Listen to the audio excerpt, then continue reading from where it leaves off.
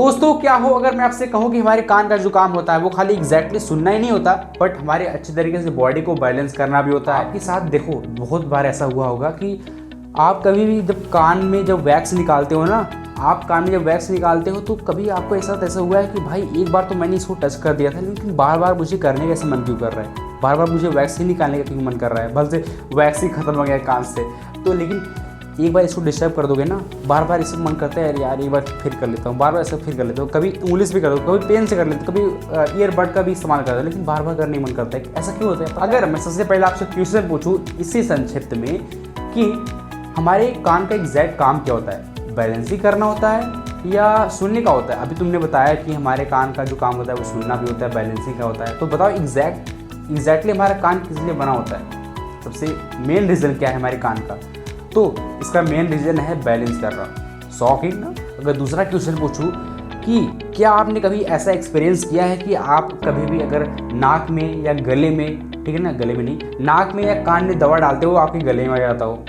ज़रूर किया होगा भाई। ऐसा नहीं है कि सारी यूनिवर्सल प्रॉब्लम मेरे साथ भी होती है, सारी चीज़ें मैंने एक्सपीरियंस किया है, आपने भी एक्सपीरियंस किया है। अगर आपने नहीं एक्सपीरियंस किया है तो आपके घर भी किसी न किसी ने ये ज़रूर एक्सपीरियंस किया होगा, पूछ लेना।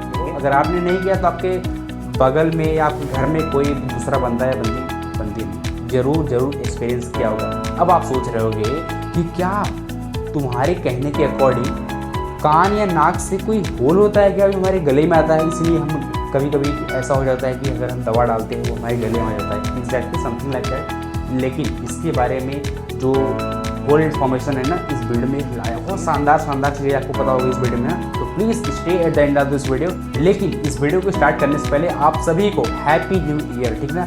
आप सभी को नए साल का बहुत बहुत शुभकामनाएं, और आई होप आप तो इस साल उखाड़ देने वाले, पूरी तरीके से पूरा हिला देने वाले हो ना। आपका जो गोल है, आप एक कदम नहीं 1000 कदम आप इस साल में बढ़ाओगे ना। आई होप आप ज़रूर ऐसा करोगे, और विदाउट एनी प्रैक्टिस कुछ भी पॉसिबल नहीं है, क्योंकि हमारे एक बहुत ही फेमस स्पोर्ट्स मैन है जिनका नाम है पेले, ठीक ना? उन्होंने अभी हाल ही में उनका निधन हो गया था। उन्होंने एक मोटिवेशनल थॉट अपनी लाइफ में उतारी थी। उन्होंने कहा था कि उसने बहुत ज़्यादा मुझे मतलब इंस्पायर कर दिया। उन्होंने कहा था everything is practice, without practice there is no any success, there is no any कुछ भी, मतलब टैलेंट कुछ भी नहीं होता यार, मैं सच में बता रहा हूँ। विदाउट मतलब कि लोग कहते हैं ना कि इसके अंदर बहुत ज़्यादा टैलेंट है या इसका IQ बहुत ज़्यादा है, ऐसा कुछ नहीं होता। बिना किसी प्रैक्टिस में कुछ नहीं होता, मैं बता रहा हूँ सच में, बहुत लोग का एक्सपीरियंस है, ठीक है ना? तो आप अगर प्रैक्टिस करते हो तो everything is possible for you. तो चलो भाई ज़्यादा मोटिवेशन हो गया, ठीक है ना? आई होप यार आप लोग बहुत ज़्यादा मोटिवेटेड रहते हो ना। तो चलो आज के इस शानदार लेक्चर को स्टार्ट करते हैं विदाउट एनी डिले। सबसे पहले टॉपिक का नाम जान लेते हैं। हमारे टॉपिक का नाम है वर्किंग ऑफ ह्यूमन ईयर। हमारा कान का काम एग्जैक्टली क्या होता है, ठीक है, और इसके अंदर के स्ट्रक्चर, बहुत सारे जो फंक्शन होते हैं, इसके बारे में एकदम डिटेल में डिस्कस करेंगे। तो चलो स्टार्ट करते हैं विद पीना, ठीक है ना? तो पीना क्या होता है? पीना एग्जैक्टली आपको पता होगा, पीना आपको बाहर से भी दिखता है, ठीक है ना? ये क्या करता है, जितने भी आवाज़ होती हैं उसको कलेक्ट करता है। अब आप सोच रहे हो कि भाई कलेक्ट कैसे करता है? तो देखो रडार देखो कभी, रडार जो सेना में होती है वो रडार नहीं देखा होगा, देख लेना कभी न्यूज़ में। वो बहुत लंबा सा होता है। वो जानते क्या करता है, दूर से कहीं पर आती हुई जो जेट होती है, जो मतलब कि जो फाइटर जेट होती है, उनकी आवाज़ को एकदम मिनिमम रेट पर वो सुन लेता है। मिनिमम थोड़ी सी अगर वेव आती रही उसको भी मतलब कि कैच करके पता लगा देता है कि कोई सामने से आ रहा है, ठीक है? तो इसलिए वो बड़ा सा होता है, मतलब कि सारे मतलब चारों मतलब ज़्यादा से ज़्यादा लेंथ कवर करके रखता है कि ज़्यादा से ज़्यादा लेंथ में अगर छोटी सी रेडियो वेव आ जाए या कहीं से या स्पेस से क्यों ना आ जाए उसको कैच कर लेती है ना। लेकिन स्पेस के लिए कुछ दूसरा होता है, एंटीना ऐसा, ठीक ना? तो उसका एरिया इसलिए होता है, ठीक है ना, कि वो साउंड को कलेक्ट कर सके और इन्फॉर्मेशन दे सके आगे ना। ऐसे ही हमारा कान भी होता है, वो थोड़ा सा बड़ा ऐसे बाहर इसलिए निकला होता है कि चारों तरफ का मतलब जो इन्फॉर्मेशन नहीं जो आवाज़ है उसको कलेक्ट करे और उसको अंदर डाले, ठीक है ना? और चलो इसको तो पता ही होगा। और पिन्ना का एक यहाँ पर जानते हो ना, ये हड्डी कार्टिलेज ना बहुत ही ज़्यादा मुलायम होती है। तुम्हारी मम्मी ने इसको पकड़ कर घुमा के मारा होगा ना। हाँ, चलो अब डिस्कस करते हैं कि व्हाट इज ऑडिटरी कैनाल, ठीक ना? ऑडिटरी कैनाल क्या होता है? ऑडिटरी कैनाल देखो ये कैनाल है, ठीक ना? अब इस कैनाल में दो कैनाल आते हैं। एक होता है हमारा, कौन सा होता है? एक हमारा होता है एक्सटर्नल ऑडिटरी कैनाल, ठीक है ना, एक्सटर्नल बाहर वाला। और उसके बाद होता है एक इंटरनल ऑडिटरी कैनाल, ठीक ना? और देखो इंटरनल ऑडिटरी कैनाल में, ठीक है ना, इंटरनल ऑडिटरी कैनाल में आपके साथ देखो बहुत बार ऐसा हुआ होगा कि आप कभी भी जब कान में जब वैक्स निकालते हो ना, आप कान में जब वैक्स निकालते हो तो कभी आपको ऐसा हुआ है कि भाई एक बार तो मैंने इसको टच कर दिया था, लेकिन बार बार मुझे करने का ऐसा मन क्यों कर रहा है, बार बार मुझे वैक्स ही निकालने का क्यों मन कर रहा है, भले से वैक्स ही खत्म हो गया कान से।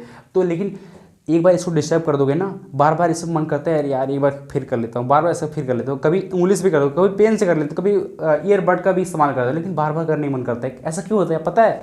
क्योंकि ऐसा इसलिए होता है, यहाँ पर एक ग्लैंड पाया जाता है, ठीक है ना, यहाँ पर इसके सरफेस पे ग्लैंड पाए जाते हैं ना, वो वैक्स बनाते हैं। और उस ग्लैंड का जानते हो पता है क्या नाम है? उसका नाम है सेरोमोनस ग्लैंड। क्या है? सेरोमोनस ग्लैंड, याद कर लेना, ठीक ना। सेरोमोनस ग्लैंड क्या करता है? सेरोमोनस ग्लैंड वो ईयर वैक्स बनाता है। भाई ईयर वैक्स का काम क्या होता है? हम लोग यार वैसे ही निकाल देते हैं, सोचते हैं अरे भाई ये तो वेस्ट है कान का, लेकिन नहीं भाई, एग्जैक्टली वो कान का वेस्ट नहीं होता है। उसका काम ये होता है कि जितनी भी भाई बाहर से डस्ट पार्टिकल या जो फॉरेन सब्सटेंसेस है, जो फॉरेन सब्सटेंसेस जो पैथोजेंस हैं या कोई कीड़े मकोड़े हैं, ठीक है ना, कभी कभी आपकी आँख में चले जाते हैं, आँख में तो वो निकाल लेते हो, लेकिन कान में घुसने से पहले ना उससे चिपकना पड़ता है। अगर वो उसमें अगर ट्रैप हो गया ना, तो कोई भी कीड़ा या डस्ट हो उसके अंदर नहीं आ सकता, ठीक है ना, क्योंकि हमारा कान भाई होल है। अब होल में तो अब यहाँ पे कोई सिक्योरिटी गार्ड तो बैठा नहीं रखे हो कि वो रोकेगा भाई ऐसा क्यों कर रहा है, अंदर मत जा ना, ऐसा नहीं करना है। तो उसको रोकने के लिए ना वो यहाँ पर हेयर्स तो होते हैं ऑलरेडी, हेयर्स को चिपका भी लेते हैं, लेकिन उसके साथ हमारे वैक्स भी होते हैं जो कि फॉरेन सब्सटेंसेस को, फॉरेन बॉडी को उसको रोकते हैं, उसको चिपका देते हैं। फिर आप क्या करते हैं? आप उसको फिर निकाल देते हो, लेकिन आपको निकालना नहीं चाहिए भाई। हमारे कान का बहुत ही अच्छा काम करता है, ठीक ना, इसको निकालना नहीं चाहिए। अगर आपने इसको एक बार डिस्टर्ब कर दिया तो बार बार आपको लत लग जाएगी निकालने का उसको, ठीक ना, तो टच ही मत करना इससे अच्छा, ठीक है। तो अब हम बात करते हैं, इसके अंदर जाते हैं, ठीक ना। अब क्या होगा? साउंड यहाँ से आई, देखो मैंने यहाँ से बोला, कुछ भी बोल दिया, यहाँ से साउंड आई अंदर, ये पिना उसको कलेक्ट किया, उसके बाद ये ऑडिटरी कैनाल के थ्रू अंदर आई, ठीक है। अब यहाँ पे आपको ये चीज़ दिख रहा होगा, इसका नाम है ड्रम, ईयर ड्रम, ठीक है ना। अब ईयर ड्रम का काम क्या होता है? अब भाई ईयर ड्रम आपने बहुत सुना होगा, आपने सुना होगा ना, कोई बोलता है मारूंगा, ऐसा शॉट मारूंगा तेरे कान का पर्दा ही फट जाएगा, सुना होगा ना, एग्जैक्टली सुना होगा भाई। आपको खुद ही धमकी मिली होगी किसी से, हाँ झूठ मत बोलना, आपको मिलेगी। तो आपने बहुत कुछ सुना होगा कि मारूंगे तेरे कान का पर्दा फट जाएगा, लेकिन भाई पर्दा फटने से पता ही क्या होता है? पता है? बोलने तो बोल देता है भाई, लेकिन उसका एग्जैक्ट रीजन पता है? अगर ये फट गया ना, तो आपका जो बाहर से आवाज़ आ रही है ना, वो अंदर जा ही नहीं पाएगा। अब सोच रहे अरे भाई जाएगा, कुछ ना कुछ तरीका होगा जाने का, लेकिन भाई नहीं जा पाएगा। पता है क्यों? क्योंकि हम बाहर से जितनी भी इन्फॉर्मेशन सुनते हैं, मतलब जितनी भी आवाज़ें सुनते हैं, वो जानते हो किस तरीके से आती हैं? वो थोड़ा सा कह सकते हैं वाइब्रेशन में आती है, ठीक ना। लेकिन एक जानते क्या करता है? उस वाइब्रेशन को साउंड वेव में क्या करता है? उसको कन्वर्ट करते हैं और आगे उसको प्रोसीड करता है, आगे उसको बढ़ाता है, ठीक है ना। तो इसके थ्रू ऐसे जाती है, फिर यहाँ से इन्फॉर्मेशन फिर ब्रेन तक जाती है कि हाँ एग्जैक्टली मैंने कुछ सुना है, ठीक है। तो ये अगर फट गया तो दिक्कत हो जाएगी, बहुत ज़्यादा दिक्कत हो जाएगी ना। तो ईयर ड्रम क्या करता है? मतलब कि बाहर से जो वेव्स आ रही है, मतलब कि जो वाइब्रेशन आ रही है साउंड की, उसको साउंड वेव में कन्वर्ट करता है, ठीक है ना। आई होप आपको इसका रीज़न पता हो गया। अब भाई इतना तो था हमारा एक्सटर्नल, मतलब कि इसको बोलते हैं आउटर ईयर, ठीक है ना। इसको यहाँ से एग्जैक्टली इसको नहीं बोलते, लेकिन इसके इधर वाले को बोलते हैं आउटर ईयर, ठीक है ना, आउटर ईयर बोलते हैं या एक्सटर्नल, चाहे जो भी बोलो। अब ईयर में 3 हड्डियाँ आती हैं जो कि हमारे बॉडी की सबसे छोटी हड्डियाँ होती है, लेकिन इनमें से सबसे छोटी हड्डी होती है, इसका नाम होता है स्टेपिस। लेकिन उससे पहले इसको डिस्कस करते हैं। इसका नाम है मैलियस, ठीक ना, और इसका नाम है इनकस, और उसका नाम है स्टेपिस, ठीक है। अब देखो इसका नाम कैसे याद रखें? इस हड्डी थोड़ा जो बड़ी दिख रही है, इसका नाम मैलियस है, इसको हैमर से याद कर सकते हो ना, हैमर जैसा दिखता है ये थोड़ा, अगर आप देखोगे ना हैमर जैसा, देखो दिख रहा है ना हैमर जैसा ठोकने वाला, ये हैमर जैसा दिख रहा है, इसलिए इसका नाम मैलियस रखा गया है, ठीक है ना।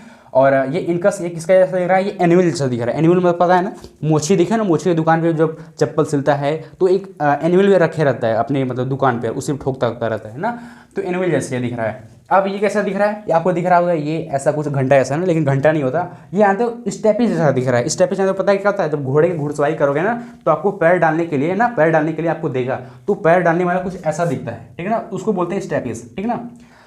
उसको बोलते, सॉरी स्टेपिस नहीं बोलते, इसका नाम स्टेपिस है हड्डी का, लेकिन वो स्टर्नम जैसा होता है उसकी, मतलब कि स्टीरप एग्जैक्टली याद आ गया, वो स्टीरप जैसा उसका शेप होता है, ठीक है ना। आई होप आपको इतना समझ में आ गया है। अब देखो इस हड्डी, मतलब इन हड्डी का काम क्या होता है? इन हड्डी का काम ये होता है कि जितने भी बाहर से इंफॉर्मेशन आती है, ठीक है ना, वो धीरे धीरे क्या करता है? वो धीरे धीरे आप कह सकते हो ना कि ज़्यादा से ज़्यादा साउंड वो एक सिंगल यूनिट में कन्वर्ट करने की कोशिश करता है। नहीं समझ में आएगा पहली बार, समझ में नहीं आता पहली बार, लेकिन आपको फिर बता रहा हूँ। देखो क्या होता है एग्जैक्टली ना, धीरे धीरे जैसे जैसे अंदर आओगे ना, उसका जो इन्फॉर्मेशन कैरी करने का जो मीडियम होता है वो धीरे धीरे कम होता जाता है। देखो अभी इतना चौड़ा था, अभी धीरे धीरे कम हो गया, फिर यहाँ से कम हो गया, फिर यहाँ पे और कम हो गया, फिर धीरे धीरे ये देखो यहाँ तो और कम हो गया। मीडियम जो जहाँ से मतलब कि वेव आती हैं, जहाँ से मतलब कि जो साउंड होता है उसको आना होता है, ठीक है ना, उसका सरफेस एरिया घटता जाता है। ऐसा क्यों होता है पता है? क्योंकि इसको अंदर आना होता है और यहाँ पे एक होता है एक स्ट्रक्चर, इसको बोलते हैं इनर ईयर का कोक्लिया ना, ये इनर ईयर का पार्ट होता है। इसमें अंदर क्या होना चाहिए ना, इसमें जो हड्डी है इससे कनेक्टेड होती है, जो स्टेपिस होती है, ठीक है ना। और स्टेपिस बहुत ज़्यादा इन्फॉर्मेशन को, मतलब बहुत ज़्यादा साउंड को एक सिंगल यूनिट में कन्वर्ट करके बहुत ज़्यादा साउंड वेव में उसको कन्वर्ट करना होता है, बहुत ज़्यादा वाइब्रेशन करना होता है, बहुत ज़्यादा वाइब्रेशन करना होता है, और बहुत ज़्यादा वाइब्रेशन ही ये सुन पाता है। अगर नॉर्मल सुनेगा ना, नॉर्मल सुनेगा और यहाँ तक सुनेगा, मतलब नॉर्मल जो बाहर आवाज़ आ रही है, अगर ये वैसा सुनेगा आपको सुनाई नहीं देगा, बिल्कुल नहीं सुनाई देगा, क्योंकि हमारे आवाज़ जो सुनने का जो परसेंटेज होता है, आप कह सकते हो कि एक जो दायरा होता है वो 20 से 20,000 हर्ट्स का होता है, ठीक ना। तो अगर कम इन्फॉर्मेशन आ रही है तो ये क्या करता है, मतलब कम आवाज़ें आ रही है ना, तो जो ये हड्डियाँ होती है ना, ये उसको 20 गुना बढ़ा देती हैं। अब कैसे बढ़ाती हैं ये आप आगे जाके पढ़ोगे, क्लास 11th में भी नहीं, 12th में भी नहीं, उसको आगे जाके पढ़ोगे, ठीक है ना। इसके अंदर कोई फिजिक्स थोड़ा सा रूल लगता है, ठीक ना। लेकिन अगर मैं आपको छोटा सा एक कॉन्सेप्ट बताऊँ, आपने ये पढ़ा होगा pressure equal to force upon area, class 9th में पढ़ा होगा ना, force and laws of motion में, आई होप आपने पढ़ा होगा।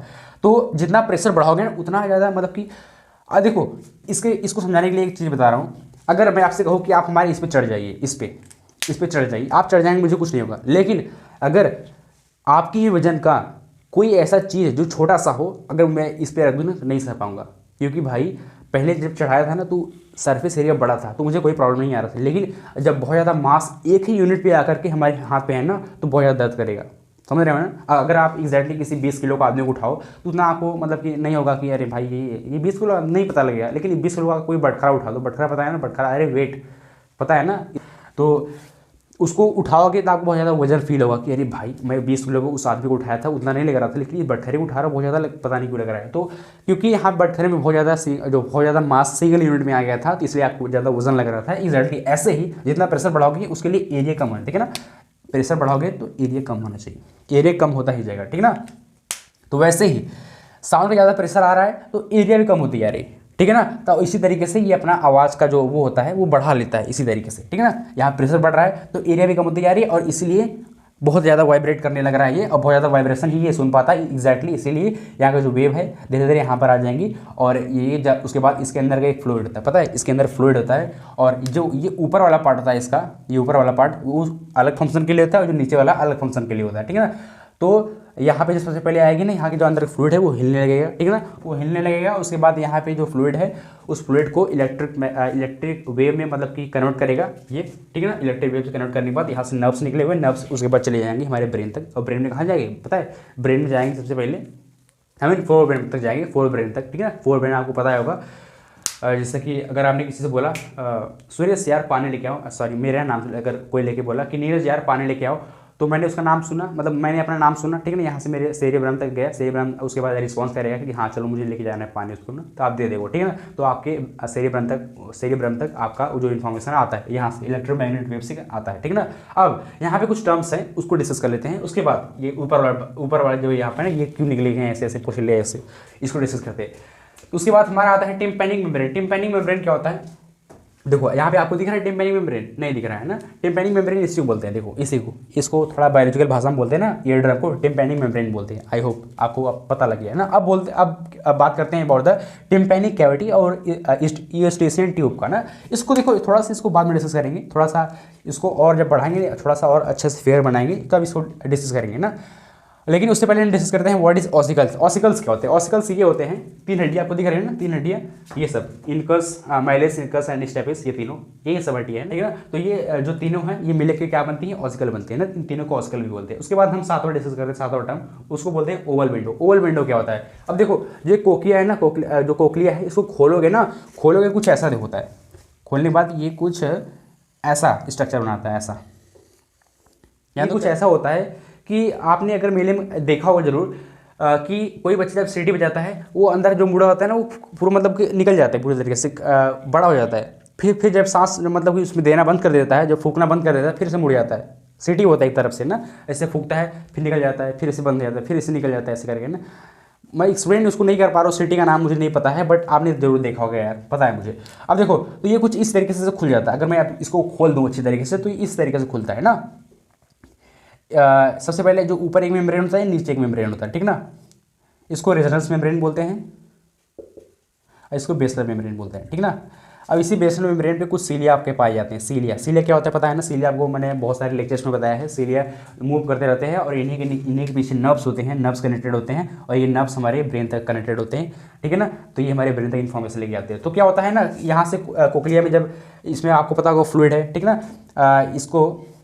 इसमें जो फ्लूइड होता है इसको बोलते हैं पेरी फ्लूइड ना। इसको मतलब कि ये देखो, इसमें एंडोलिम्फ होता है अंदर वाले में और इसमें पेरीलिम्फ होता है। ऊपर वाले में, नीचे वाले में पेरीलिम्फ होता है, इसके अंदर वाले में इसमें होता है इंडोलिम्फ। देखो मैंने यहाँ पे लिखा है एक पेरीलिम्फ, यहाँ पेरीलिम्फ और उसके बाद इंडोलिम्फ ना। तो बीच में जो है इसको इंडो मतलब अंदर में इंडोलिम्फ होता है और ऊपर वाले में पेरीलिम्फ होता है ना। तो क्या होता है जब यहाँ से एग्जैक्टली इसका फिगर ऐसा बनना चाहिए, ये वाला इधर होना चाहिए और ये वाला इधर होना चाहिए। तो लेकिन बता दे रहा हूँ, ऊपर वाला जो जहाँ से ओपनिंग होते हैं इसको बोलते हैं ओवल विंडो। क्या बोलते हैं? ओवल विंडो, ठीक है। मैंने यहाँ पे लिखा भी है ओवल विंडो। देखो सबसे पहले जब आप कोक्लिया खोलोगे ना, यहाँ से जो मिलता है ये जो स्टेपिस है जहाँ ये खुलता है, ठीक है ना, ये जहाँ अंदर जाता है ना, ये सेपरेट होता है एक खिड़की से, दरवाजे से आप कर सकते हो, ठीक है ना। विंडो बता ही रहा हूँ, खिड़की, ठीक है ना। तो वो सेपरेटेड होता है एक ओवल विंडो से, ठीक है ना। जो सबसे पहले जो ओपनिंग डोर होता है एक कोक्लिया का ना। तो कोक्लिया खोलोगे तो सबसे पहले जो ओपनिंग होता है इसको बोलते हैं ओवल विंडो। उसके बाद जब ये जहाँ खत्म होता है ना उसको बोलते हैं राउंड विंडो। क्या बोलते हैं? राउंड विंडो, ठीक ना।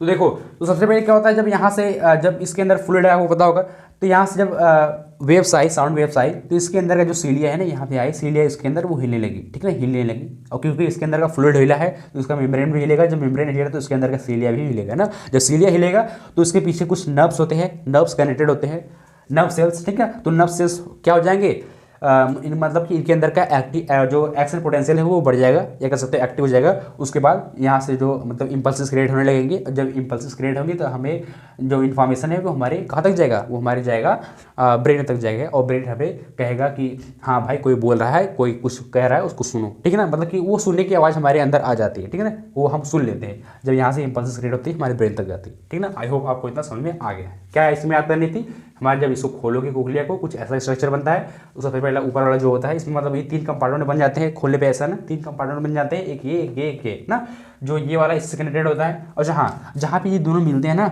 इसको क्या बोलते हैं पता है? इसको हम बोलते हैं क्या बोलते हैं, सॉरी, हेलिकोट्रेमा बोलते हैं। क्या बोलते हैं? हेलिकोट्रेमा, ठीक है ना, हेलिकोट्रेमा बोलते हैं ना, एग्जैक्टली स्पेलिंग देख लेना, ठीक है। और इसमें कौन सा होता है, ठीक है ना, इसमें होता है पेरीलिम्फ, इसमें होता है इंडोलिम्फ, फिर इसमें भी पेरीलिम्फ, क्योंकि ये दोनों एक ही मिल रहे हैं ना, इसमें पेरीलिम्फ, ये अंदर इंडोलिम्फ ना। और जब इसमें अंदर जब साउंड वेव आती हैं तो ये हिलने लगते हैं, हिलने के बाद इनके अंदर सेंसेशन क्रिएट होता है, सेंसेशन। उसके बाद यहाँ का जो सीलिया है वो हिलने लगता है। जब सीलिया हिलने लगता है यहाँ पे नर्व इम्पल्सेस क्रिएट होते हैं, नर्व इम्पल्सेस क्रिएट होते हैं, तो हमारे ब्रेन तक इन्फॉर्मेशन जाती है और हम एग्जैक्टली सुन पाते हैं, ठीक। अब हम बात करते हैं अबाउट द राउंड विंडो हो गया, ओवल विंडो हो गया। उसके बाद हम बात करते हैं सेमी सर्कुलर कैनाल, जो कि आपको ये दिख रहा है ना, सेमी सर्कुलर कैनाल ये है, ठीक है। अब ये क्या होता है, ऊपर वाला जो पार्ट होता है ना वो हमारे बैलेंस के लिए होता है, ठीक है ना। नीचे वाला हमारे सुनने के लिए होता है, यहाँ तक गई हमारे ब्रेन तक, हाँ जो हमने चलो कोई चीज़ तो सुना ना। लेकिन अब हमारा जो ऊपर वाला पार्ट है ना वो बैलेंस करने के लिए। तो बैलेंस कैसे होता है, यहाँ भी आपको दिख रहा होगा ना,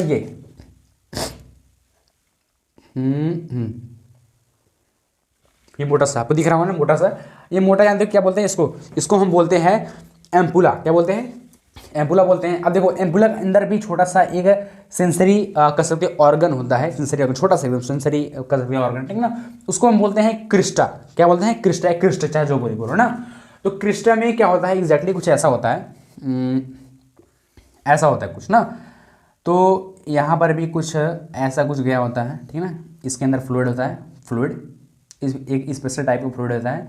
और जब हम चलते फिरते हैं, कभी झूलते उलते, कभी झूलने में झूलते हैं या कहीं से गिरते पड़ते हैं, चाहे जो भी होता है ना, तो ये हमारा उस समय क्या होता है ना, ये एक्टिव होता है, वो हिलता रहता है ना, ये फ्लूइड मतलब कि हमेशा मूव करता रहता है। और इसी कारण हम मतलब कि कह सकते हैं हमारी बॉडी बैलेंस में होती है ना। अभी देखो मैं आपको पढ़ा रहा हूँ, इस समय वो भी हिल रहा है, ठीक है ना, हिल रहा है। और मैं एग्जैक्टली ये सेंस कर पा रहा हूँ कि हाँ मैं खड़ा हूँ, इसलिए मेरी बॉडी भी बैलेंस में है, ठीक ना।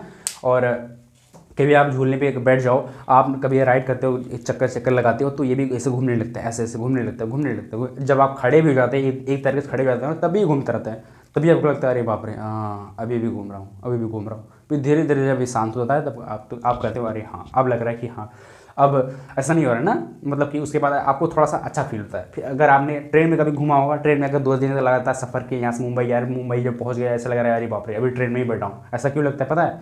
ऐसा इसलिए लगता है कि इसके अंदर जो फ्लूइड होता है वो हिलता रहता है। कुछ देर तक आपको एक्सपीरियंस होती है कि अभी तक ट्रेन चल रही है, अभी तक झूलना झूल रहे हैं, ठीक है ना। लेकिन बाद में धीरे धीरे जब अस्थायी हो जाता है तो आपको अच्छा फील होता है, ठीक है ना। उसके बाद आपको ऐसा नहीं लगता कि अभी भी लग रहा है वो चीज़ पहले वाला ना।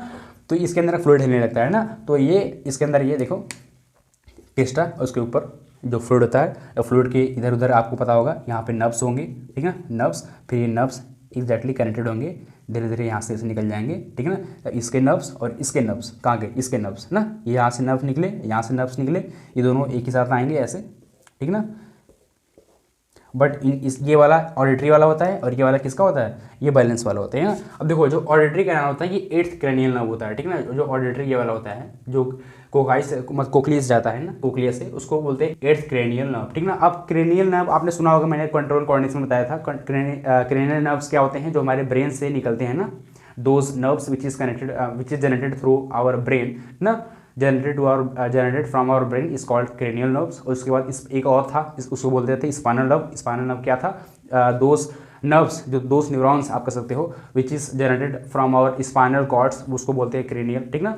हाँ स्पाइनल, ठीक ना। अब देखो जो क्रेनियल होता था, क्रेनियल में 12 जोड़ी पाए जाते थे।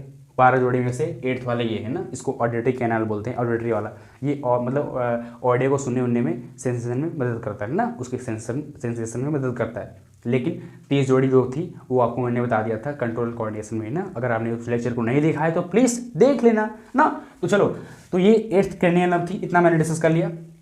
उसके बाद यहाँ पे एग्जैक्टली समथिंग कुछ पता नहीं है ना। अब हम बात करते हैं अबाउट द वेस्टिबुलर नर्व्स। अब देखो वेस्टिबुलर नर्व क्या होते हैं? यहाँ से जो नर्व्स निकले होते हैं ना, यहाँ से जो नर्व निकले होते हैं तो वो क्या करते हैं ना, वो कॉन्स्टिट्यूट हो जाते हैं, इसके साथ चले जाते हैं ना। लेकिन उसका काम अलग होता है, इसका काम अलग होता है। जो उसके नर्व्स निकले होते हैं जो यहाँ पे है ना, सेमी सर्कुलर कैनाल के सेमी सर्कुलर कैनाल के जो नर्व्स निकले होते हैं वो इसके साथ निकले होते हैं, लेकिन वो अलग से उसका काम होता है, ठीक ना। तो जो उसके नर्व्स निकले होते हैं उसको बोलते हैं हम, मतलब कि उसका जो काम होता है एग्जैक्टली जो आपको सकते जितने भी कॉन्स्टिट्यूएंट है यहाँ पर, जैसे कि ये आपको दिख रहा है सेमी सर्कुलर कैनाल, उसके अंदर क्या आपको दिख रहा है एम्पुला के अंदर क्रिस्टे, ये सारे मिलके क्या बनाते हैं? ये मिलके बनाते हैं वेस्टिबुलर नर्व्स, ठीक है ना। इनका जो एग्जैक्टली जो इन्फॉर्मेशन है वो ये वेस्टिबुलर नर्व ही लेके आता है ना। तो आप कह सकते हैं कि एग्जैक्टली ये है जो इनको बनाता है, ठीक ना। अब हम बात करते हैं about the cochlear nerve. Cochlear nerve आपको मैंने बताया ना, ये कोक्लियर नर्व है, ठीक ना, ये वाला। और उसके बाद ये कौन सा था ऊपर, जो ऊपर यहाँ से निकला होता है ऐसे ऐसे, उसको बोलते हैं वेस्टिबुलर नर्व, ठीक है ना। अब हम बात करते हैं ये तो हो ही गया था पेरी लीफ एंड इंडोलीफ यार। उसके बाद अब बात करते हैं about the organ of Kotai. Organ of कोटाई मैंने बताया था यार, यही वाला था, एग्जैक्टली यही होता है, ठीक ना। ऑर्गन ऑफ कोटाई हमारे बेसल मेम्ब्रेन पे होता है, ठीक है ना। ये हमारा एक यूनिट होता है, मतलब कि ईयर का यूनिट होता है ना, आप कर सकते हो। जैसे हमारे किडनी का क्या था? नेफ्रॉन था ना। हमारे लंग्स का क्या था? एल्विलाई था। वैसे ही हमारा सुनने का कान का जो होता है यूनिट होता है उसको बोलते हैं ऑर्गन ऑफ कोटाई, ठीक है ना। आपको आई होप इस जो स्लाइड था उसमें सारी चीज़ें एकदम अच्छे से समझ में आ गई हैं और कोई चीज़ बची नहीं है I think. Cochlea, auditory nerve, external auditory canal, इधर सब अच्छे से हो गया। आई होप आपको इतना समझ में आ गया है। अगर कोई भी डाउट हो इस लेक्चर में तो आप बेफिक्र कमेंट से, हाँ देखो अभी 2 चीज़ें बताई है ना। अब देखो जल्दी से इसको डिस्कस कर लेते हैं। यहाँ पे आपको ये पता है ना, ये 3 हड्डियाँ हैं, मेलियस, इंकस, स्टेपिस। अब इसको बताते हैं टेम्पेनिक कैविटी क्या होता है, उसके बाद स्टेशन ट्यूब क्या होता है। जो मैंने आपसे सबसे पहले क्वेश्चन पूछा था ना कि ऐसा क्यों होता है कि जब कान में दवाई डालते हैं तो हमारे गले में क्यों हो जाता है, हम जब नाक में दवाई डालते हैं हमारे गले में क्यों हो जाता है ना, ऐसा क्यों होता है अभी बता रहा हूँ आपको। देखो यहाँ से कान का जो कनेक्शन होता है ना कुछ इस तरीके से अंदर गया होता है, ये गले से कनेक्टेड होता है ना, गले से गला, ठीक है ना। तो क्या होता है ना, जब यहाँ से जब आप दवा डालते हो, दवा ऐसा गया यहाँ गया, ठीक है ना, फिर अंदर से ऐसे ऐसे ऐसे ऐसे आया ना, कान में जितने फंक्शन होता है सुकल ही रहता है। लेकिन क्या करता है ना, अब यहाँ पे आपको एक मेम्ब्रेन ऐसा दिखेगा, ठीक है ना, ये यहाँ से आपके गले से, ये कहाँ कनेक्ट होता है, ये आपके गले से कनेक्टेड होता है, ठीक है ना। कान वाला होता है उसका अलग वे होता है, वो यहाँ से आ जाता है, ठीक है ना, वो यहाँ से आता रहता है, फिर इसके बाद यहाँ तक कभी कभी आ जाता है, ठीक है ना। और कभी भी आप कान से सांस लो, देखो नाक बंद करो और नाक बंद करो, उसके बाद मुंह बंद कर लो, ठीक है ना। उसके बाद मुंह में सांस लो उसके बाद फील करो कि कान से आप निकालो इसे, ऐसे कान से निकलता है, ठीक है ना। मैं अभी निकाला, अभी एग्जैक्टली अभी निकाला, ठीक है ना। तो कान से भी सांस ऐसे निकलता है।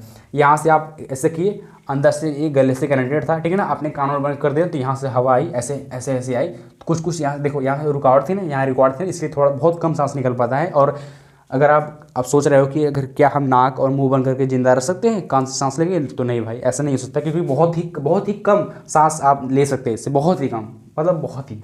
आप जिंदा नहीं रह पाएंगे अगर आप इसका सहारा लेते हैं ना। तो अब बताओ, अब मैं उसके बाद नाक से इसका कनेक्शन क्या होता है। नाक देखो, इसका नाक में तो फिगर नहीं बना पाएंगे। देखो जो यहाँ पे ये होता है ना, इसको बोलते हैं ईस्ट्यूसियन ट्यूब बोलते हैं ना। ये वाले जो कनाडा को दिख रहे हैं इसको बोलते हैं ईस्ट्यूसियन ट्यूब ना, ईस्ट्यूसियन ट्यूब।